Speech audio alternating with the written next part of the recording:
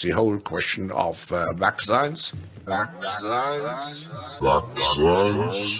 vaccine itself, we don't know yet. Is one dose sufficient? Do you need 2 doses? In what interval?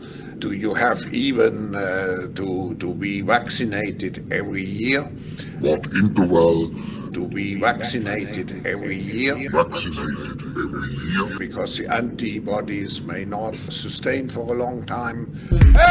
Can't hear you! Got too many antibodies in my ears! So it's a big unknown.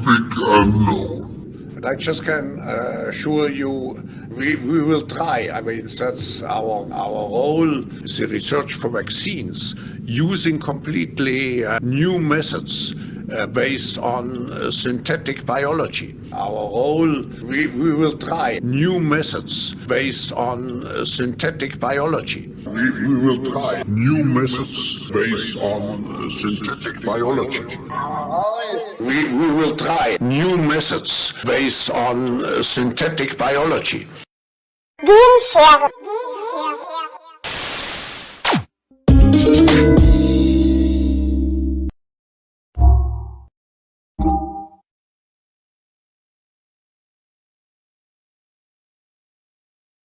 I cannot give you a guarantee that egoism will not prevail at the end. I cannot give you a guarantee that egoism will not prevail at the end. Egoism prevail at the end.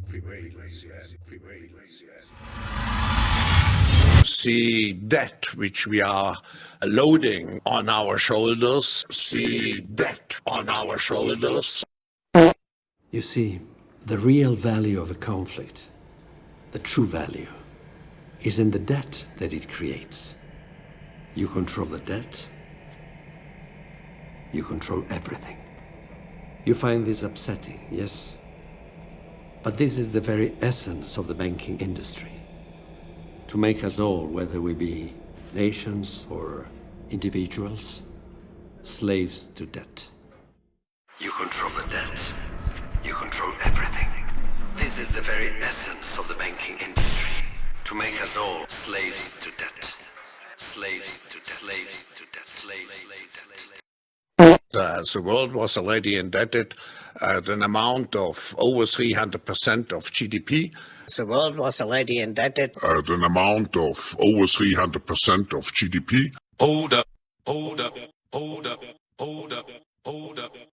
Allem Geld steht ein Kredit gegenüber und umgekehrt.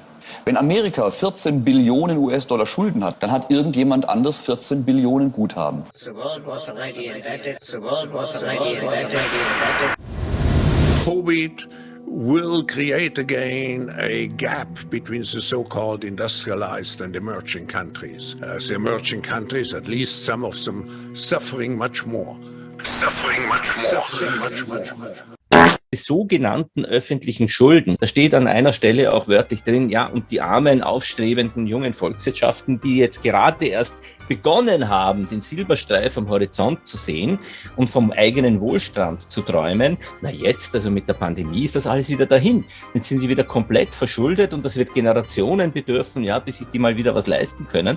Das ist ja einfach lächerlich. An Schulden glaubt kein Mensch mehr.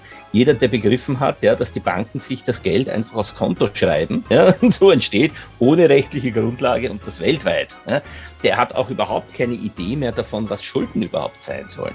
Also das Schuldgeld-Trick ist gescheitert. Und das ist wahrscheinlich auch der Grund, warum sie jetzt in die anderen Käufer hineingreifen und sagen, jetzt holen wir mal das Kriegsgespenst heraus, dann holen wir vielleicht nochmal kurz das Infektionsgespenst, dann holen wir den Klimawandelgespenst heraus. Ne?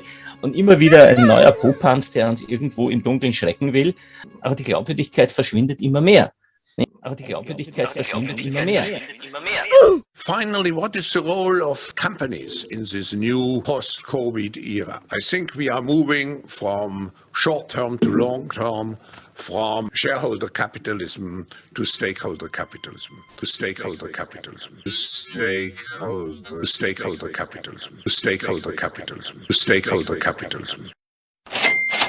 Das kann man in Wirklichkeit mit dem Begriff von Ökonomie, den wir bisher hatten, ja, auch nach den offiziellen Lehrbüchern, überhaupt nicht mehr in Einklang bringen. Nicht? Denn hier wird eigentlich ein kommunistisches, ein zentralistisches Regime, ein zentralistisches, kommunistisches Regime wird hier in Aussicht gestellt. Und das ist für mich das Erstaunliche. Weltregime, ne? Weil der einzelne Staat... World Economic Forum, absolut. Also es wird ein zentralistisches, meiner Meinung nach ist der einzige politische Begriff, der am besten dazu passt, ein kommunistisches, Zentralregime in Aussicht gestellt und die Menschen mögen sich jetzt bitte daran gewöhnen. Kommunistisches Zentralregime. Und die Menschen mögen sich jetzt bitte daran gewöhnen. Zentralregime. Gewöhnen.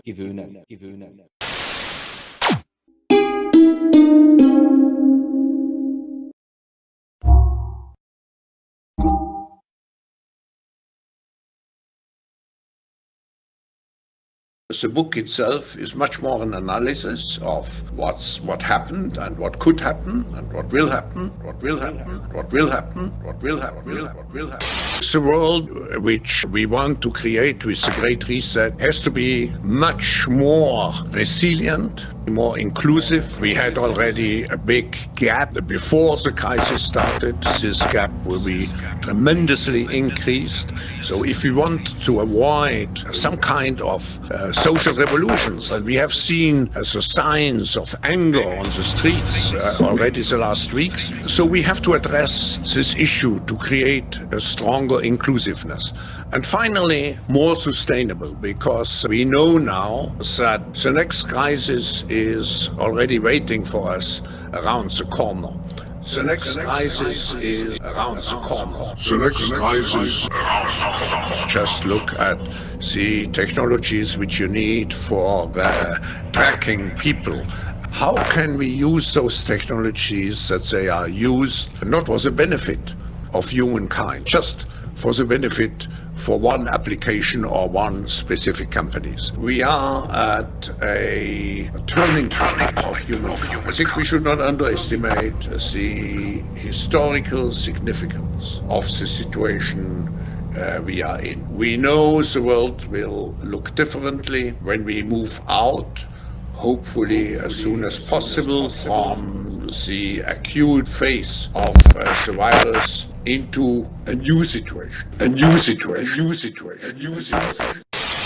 So people assume we are just going back to the good old world which we had, and everything will be normal again in how we are used to normal, in the old fashion. This is, let's say, fiction. It will not happen. This is, let's say, fiction. It will not happen.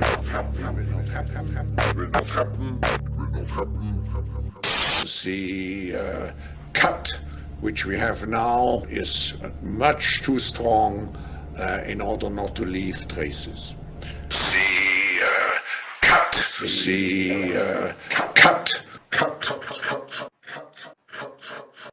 Listen, there is a fucking agenda at play to fucking make everybody hate everybody, so we don't know what the fuck they are doing. Right.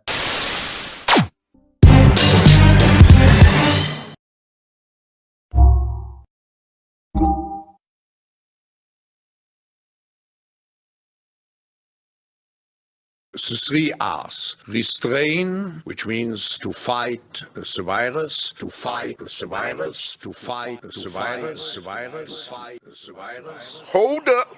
Wait a minute. Something ain't right. As humans, we have all, for our entire lives, walked around spreading antigens to some people. You've given someone a cold, you've given someone a cough, I've given someone the flu. We've always done that. It's been a normal part of human life. We were never seen as bad people for existing and accidentally passing on a disease, right? Now they've shifted the paradigm. So if you pass on COVID, you're guilty. How the fuck does that work? Yeah. And how does that ever end? And how do you ever put an end to this where it's not just deeper and deeper and deeper restrictions and more and more and more control? Deeper and deeper and deeper restrictions and more and more and more control. More and more and more control. More and more and more control. Then we have recover, to go back to a kind of new normal, to go back to a kind of new normal.